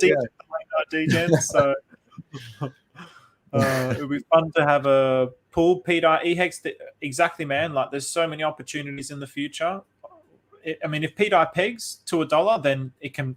I don't see any reason why Richard couldn't bring back some of these pools with EHEX and PHEX as well. So, Muddy again, even if it doesn't happen this cycle, it's still a big win. I agree, man. And in the chat log, she was talking about I think PDI to $1 within like 3 years. So it might not necessarily happen within this cycle. It's a big undertaking. I think that's why people are quite impatient with like, oh, it's going to hit $1. But if she's saying it's going to have $4 billion of liquidity, it's not something that's going to happen overnight. It's going to take a due amount of time. It might take 2 cycles. I mean, if she's estimating 3 years, I'll be very interested to see that. Oh, look at this. We got the almighty Hexagon in here as well. AMR bros. Nice. Atropa coat will be hilarious. TSFI to 100. Yes, this is what Maria was talking about a lot in the chat logs a while ago. It needs to be connected with all the PLS pools. Yes, so Almighty saying as well, they taught us 100, so we buy with hope, then sell at losses so they can wick it up crazy with only low holders. Interesting. That's interesting. That's an interesting take, actually, because, yes, we were talking about that earlier where and I think that's the whole thing about the 666 as well. It's like really trying to detract the greedy people. So if you're here for the quick chase, there's going to be, you're going to put your hand in the fire and you're going to get burnt. So it's really only the people who are like really used to seeing it and understanding it and really believing in the vision. Just like Richard Hart, that same mentality of Richard Hart. He only wants to reward the believers. Like it played out like a script. 52, well, not 52 weeks, but X amount to shake out all the weak hands and then start pumping the bags. And that's exactly what's happened. It's exactly what's happened. But he only did it after the weak hands and non-believers are out. I think it's going to be exactly the same with the Atropa as well. So each time people... All right. Well, if there's no other questions, guys, then we might wrap this up. This has been a real... I mean, this has been awesome, Zach. I've loved it. It's been really nice chatting to you like this. I mean, we've chatted on Spaces, but it's a little bit...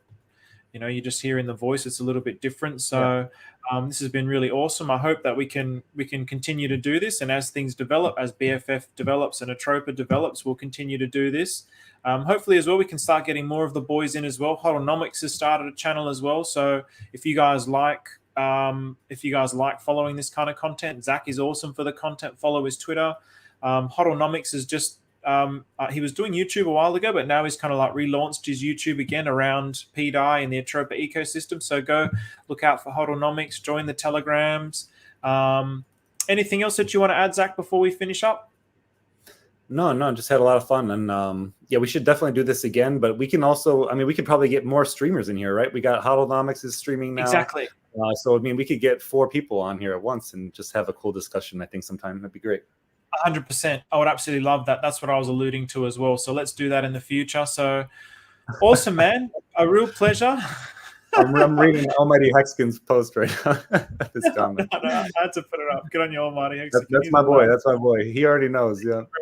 He's everyone's boy. He's a lad. I love him. So, all right, Zach. Thank you so much. Thanks for giving your time. This has been amazing. I've learned a lot. Now I'm like I want to go back and read the Nicole thread. So there's a lot of exciting things. So, yeah, man, it's been a pleasure, and we'll see you in the Twitters. Yep, I'll see you there, man. Take it easy. All right. No worries, man. Take care. Thanks, everybody. Enjoy the rest of your week. Hopefully you enjoyed that, and we'll see you for tomorrow's episode.